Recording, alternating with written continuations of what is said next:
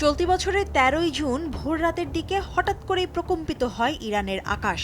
Israeli প্রতিরক্ষা বাহিনী IDF এবং গোয়েন্দা সংস্থা মোসাদের যৌথ অভিযানে F-35, F-16 যুদ্ধবিমান দিয়ে ইরানের গুরুত্বপূর্ণ শহর তেহরান, তাবরিজ, শিরাজ, ইস্পাহানে ব্যাপক ধ্বংসযজ্ঞ চালায় তেল আবিব। এরপর হুঙ্কারের সঙ্গে শত শত ক্ষেপণাস্ত্র দিয়ে ইসরায়েলকে পাল্টা জবাব দেয়া শুরু করে ইরান।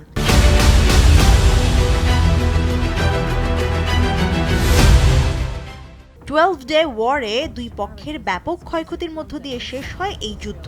যদিও এর রেশ এখনো কাটেনি। তেহরান তেল আবিবের মধ্যে এখনো সুপ্ত আগ্নেয়গিরির মতো ঘুমিয়ে আছে সংঘাত। যে কোনো সময় হতে পারে অগ্ন্যুৎপাত। আন্তর্জাতিক বিশ্লেষকরা মনে করছেন অগ্ন্যুৎপাত শুরু হবার সময় মনে হয় ঘনিয়ে এসেছে। আর এর সূত্রপাত করে দিয়েছেন খোদ ইসরায়েলি প্রধানমন্ত্রী বেনিয়ামিন নেতানিয়াহু।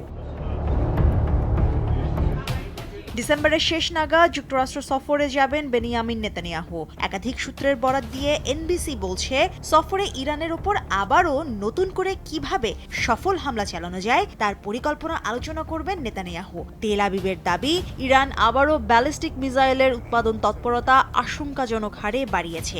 শুধু তাই নয়, ইসরায়েলি দাবি মোতাবেক 12-ডে ওয়ারে ইরানের একাধিক পরমাণু সমৃদ্ধিকরণ কেন্দ্র মাটির সঙ্গে মিশিয়ে দেওয়ার পরও তেহরান পুনরায় পরমাণু অস্ত্র তৈরির সক্ষমতা অর্জন করেছে।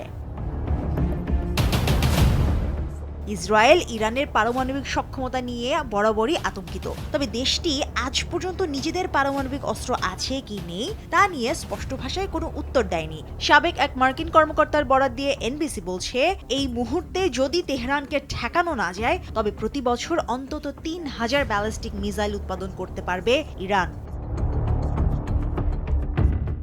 ইরানের পারমাণবিক অস্ত্র নিয়ে যুক্তরাষ্ট্রও চিন্তিত। প্রেসিডেন্ট ডোনাল্ড ট্রাম্পের বরাত দিয়ে হোয়াইট হাউস মুখপাত্র অ্যানা কেলি বলেন, তেহরান যদি পরমাণু অস্ত্র তৈরির চিন্তাও করে তার শুধু চিন্তাই থাকবে, বাস্তবে আলোর মুখ কোনোদিন কোনো অবস্থাতেই দেখবে না। আগামী সপ্তাহে ফ্লোরিডায় ট্রাম্পের মার-এ-লাগো রিসোর্টে নেতানিয়াহু এবং ট্রাম্পের বৈঠক হতে পারে।